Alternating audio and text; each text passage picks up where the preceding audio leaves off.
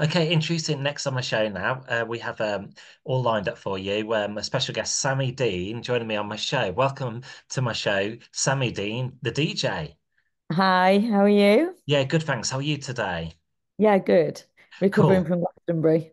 Yes, of course. The Glastonbury, just gone last weekend. You were DJing that set. How was that experience for you? Oh, do you know what? I've had such a good Glastonbury. I think every time you go to Glastonbury, it's a different experience. And yeah, it was a really good one this time. Not that I've had a bad experience, but this was it was a great Glastonbury. My set on Thursday night in the Spike was really, really good. It was so busy. It was wicked. Brilliant. And hopefully they'll have you back next year. Do it all over Well, again. fingers crossed. Yes, there's never a guarantee, but Yeah. I hope so. And this was following on from last year's Glastonbury. You performed at that Yeah. event as well. In the same venue, but last year I kind of managed to sneak my way in, if you like, by having a ticket. So managed to get a set. Anybody who knows anything about Glastonbury and trying to get a set there, it is like the unicorn of festivals, and the small venues don't really get a ticket allocation. So it's hard to get a set, but a bit easier if you already have a ticket. Mm. So yeah, I managed to get in last year, and they've given me a set off the back of last year. Amazing. And your story is quite unique in a sense that so I think one day you just decided that DJing was the right route for you. I think so. What happened? It's a bit of a mad one. I've always been on the house music scene since I was 16. And I bought a set of Technics 1210s when I was probably about 17, 18. And I'd started buying vinyl, and I just wanted to teach myself to mix. I didn't set out to be a DJ. So I've stayed on the scene all this time. It's always been in my blood. And I was sat at my desk last year, and I saw this quote on Instagram that said, "A salary is a drug your employer gives you to forget your dreams." And it really resonated. And I was sat there thinking, I'm 49, and I'd already sort of picked up a few gigs because I'd started playing again. And I just thought, if I don't throw myself into this now and see what happens, I might have some serious regrets and be sat there at 60 at the same desk thinking, what if I'd done that? That's amazing. And it's testimony to you and maybe inspiration to others to follow their dreams. Yeah, I just think it's never too late. If there's something that you're really desperate to do, or somewhere you're really desperate to go, you need to do it while you're able to, Mm. because you never know what's around the corner. Yeah. It's like, if you want to go somewhere on holiday, like say far away, or if you want to drive or buy that new car, sometimes it's just to put the wheels into motion, isn't it? Make it happen. Yeah, I think you really need to really want to do something. I mean, let's just use Glastonbury as an example. There'll just be people sitting there now saying, "Oh, I'd love to go to Glastonbury." They don't actually do anything about it. Some of them don't even register for tickets. They're Mm. just words that tumble out of their mouths. "Oh, I'd love to go to Glastonbury." Because the people that actually really want to go to Glastonbury will register for tickets. We'll join a syndicate to get tickets. And if they don't get a ticket, they will find a way of volunteering or getting a job. So it's the same level of desire to do something. You have to take Yeah. action. Of course, making the pilgrimage to Glastonbury is commitment in its own right. I know it's kind of like Yeah. in the middle of nowhere, isn't it? Like in Wiltshire somewhere, It's Somerset. in Somerset in Pilton. Yeah, it's a bit of a journey, unless obviously you live Bristol way. It's okay for the locals, Mm. but yeah, and it's an endurance test. Yeah, Very sure. good. I flew from Bristol Airport before. That's middle of nowhere, and that was challenging at times. And I wasn't even driving; it was Dad, and I was giving him navigation directions. Oh, Yeah. And speaking of traveling and airports, have you had an experience like DJing in Ibiza abroad, overseas? yeah. So one of my kind of triggers for leaving my job, I'd entered a competition to DJ in Ibiza for an event called Slip Back in Time. So that's an old school event. So I entered the competition and then got through to the final. So went out to Ibiza, and I actually won. the competition when I was out there. And there was that accompanied with the fact that I'd picked up some gigs, obviously Glastonbury, Beat Herder, and other things that made me realize that there's not enough annual leave. So then, off the back of playing in Ibiza last year, they booked me to play for that same event this year. And then whilst I was there, I managed to get a set at Eden. And then I've become part of the Discolicious team, which is run by Denise Van Outen and Gemma Bolt. So that's their event. And so they've got me on board doing their Discolicious events as well. Cool, Boston, as they say from my neck of the woods. And will you be going back there this year? Still So in the I've already summer? been 3 times. Oh, So I haven't got any gigs at the moment, but that doesn't mean that one might not come up. that's So good if thing there's about anybody watching that wants to give me a gig, then please do. that's good thing about gigs. Sometimes they just come out of nowhere because I'm Yeah, a DJ myself, a radio presenter, and it happens when you least expect it. You get the phone call, and yeah, accept it. yeah, definitely. Gonna ask you, was dance music always the one music that's always been in your bloodstream? So no, weirdly, well, so if I have to admit this, when I was at high school, I was a brossette. So, Matt and Luke Goss, they were my idols probably when I was 14, 15. And then I got into indie music. So I was into the Stone Roses and James and the Happy Mondays and went to all the indie gigs. And it was just at 16, my neighbour said, "Oh, come to this club with me called Legends." On a Saturday night. They actually did indie bands on a Friday, but on Saturday they had like, house music, and I'd never experienced anything like it. Mm, And mm. I actually wanted to go back the following week, and she couldn't go, so I went on my own. I was only Mm. 16, and I went No, every week. oh wow, that's amazing. I know the Manchester scene as well, as you're saying, like the Manchester, like the Smiths and all that. Quite, it was very, the hacienda as well. Really, Yeah. kind of, really helped propel dance music during that time. So we did have quite a big scene up here, and I did go to the Hacienda, but because I was going to Legends every single week, I only went to Hacienda on a Friday and not all the time because I didn't drive a lot. I was 16, 17. So it was only when I started driving that I had a bit more freedom to go to the Mm, clubs.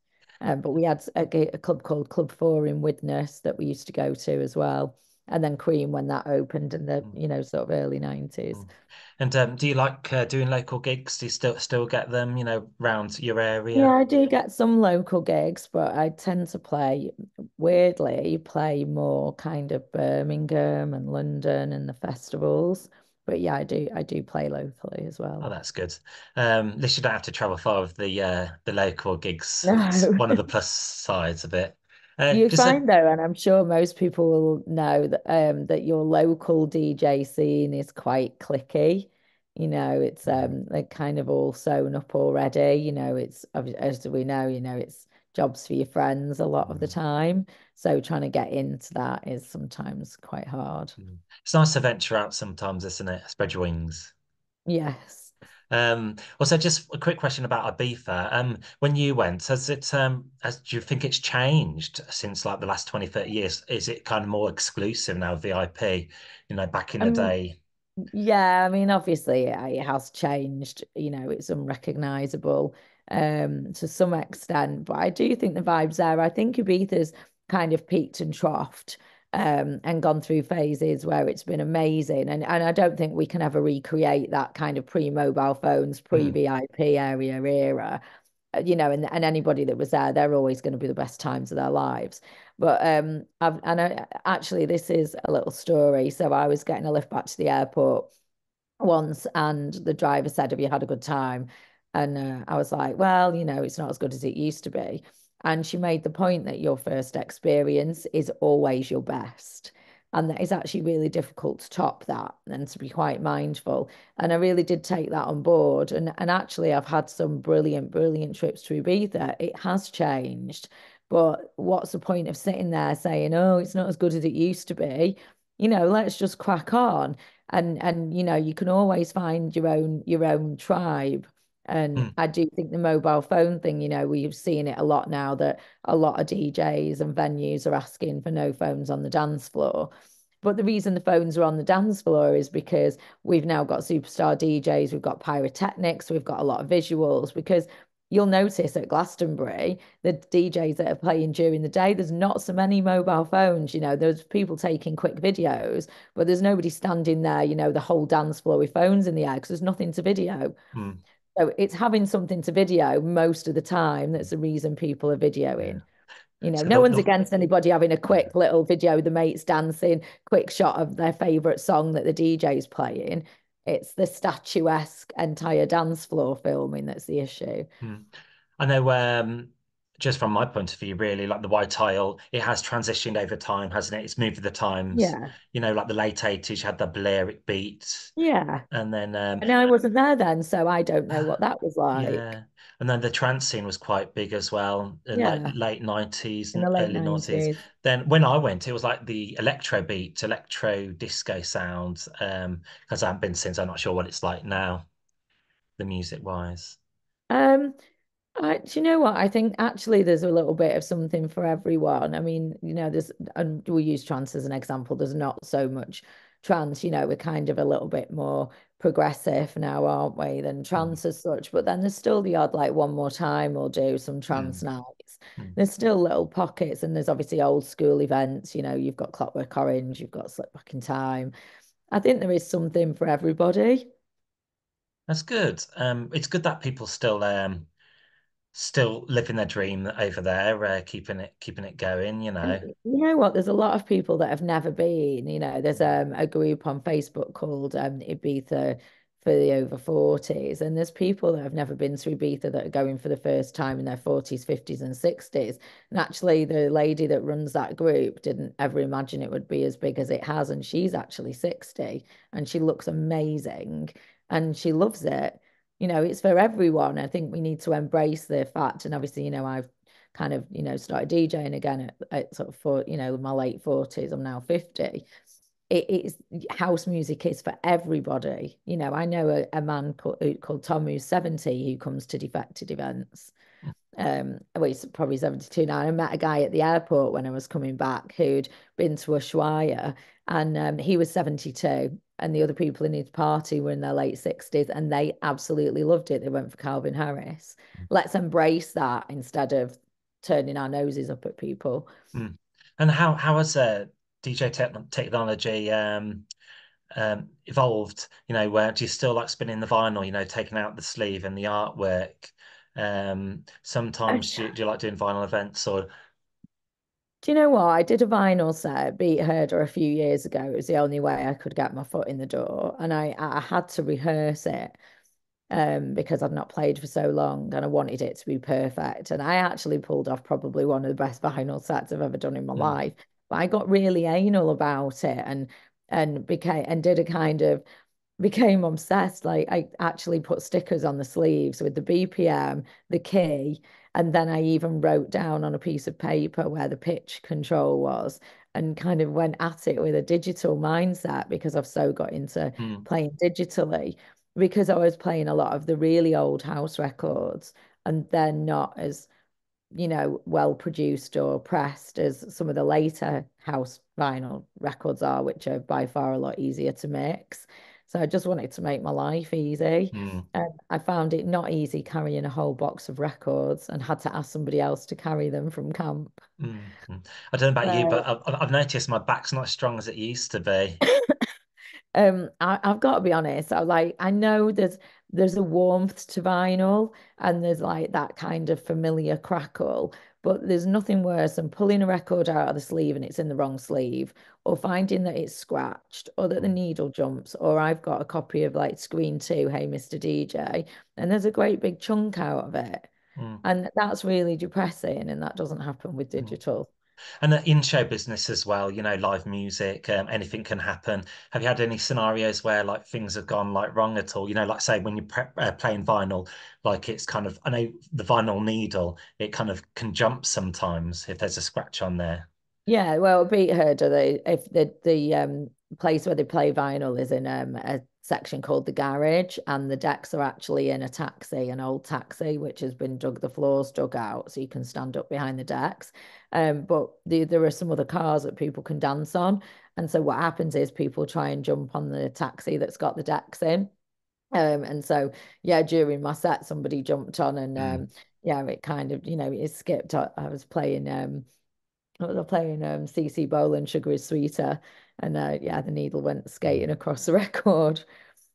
I've had a few moments myself when I'm not playing out and something happens, it does happen, and you rescue it, you pull it back, don't you? Mm. And that's a good sign of a good DJ, get a rescuing whatever. Anything can go wrong, like your software crashing or you just don't know, do Oh, you? everyone's turned the wrong deck off. I don't think there's a DJ that's not pressed stop on the wrong deck by mistake, or if you're on a controller and you've not, set it so you can't load the track to the same Mm, deck, then I've done that before until mm, I learned that there was a setting to stop mm. you from doing Yeah. that. People, they'll tell you if they've had a few drinks. I mean, I've seen DJs play the same track twice. I've actually nearly played the same track twice, either by mistake or just pressing the Mm, back button too many times. yeah. So, it's easily done. Yeah. And when you're DJing as well, it can be because it's like driving, isn't it? So much going on, Mhm. you're constantly thinking about, where the transition and the BPM. And when Yeah, people are distracting you as well, that can throw you off yeah, course as well, can't it? yeah, yeah. You're about to do a transition and someone's tapping you on Yeah. the shoulder or, trying to get your attention and you're just like, not now, not now, 2 minutes. Yeah. And you And miss it. Like I'm a bit obsessed with doing perfect transitions and I like to hock you some of them and you're like, God, I've just missed that then. yeah. And you have And to then wait your for phrasing's out and it's like, yeah, okay, I can wait for another, 8 bars, but then my phrasing's off. Yes, sure, understandable. It's understandable. And is it like yourself? It's refreshing to see, like female d more DJs breaking into this field as Mhm. well. Because it's always been like, say, male dominated, um, Yeah, to very an male extent. dominated. So it's good that we've got pulling. Just bear with me a second. I Yeah, need to get my charger. no worries. I'm going to just need to plug this in. Bear with me.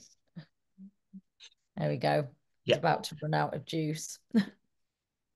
and I was just going to ask you, do you have a website where people can see any videos or photos or make a booking or inquiry? Yeah, I do have a website. I try and update it fairly regularly. There is an option to send an inquiry form on there. So Great. Is it Sammy Dean? People can find you just it's like Sammy, searching. DJSammyDean.com. Sorry, Brilliant. bloody things just come out again. Sorry. No worries.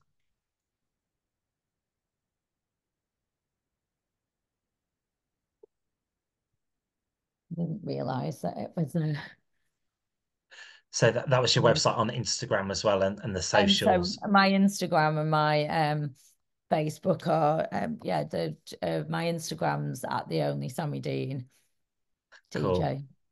I think that's everything I wanted to ask you today. Anything else you may like to add to the interview, like say to the people who follow you or book you or so on, your friends, your family?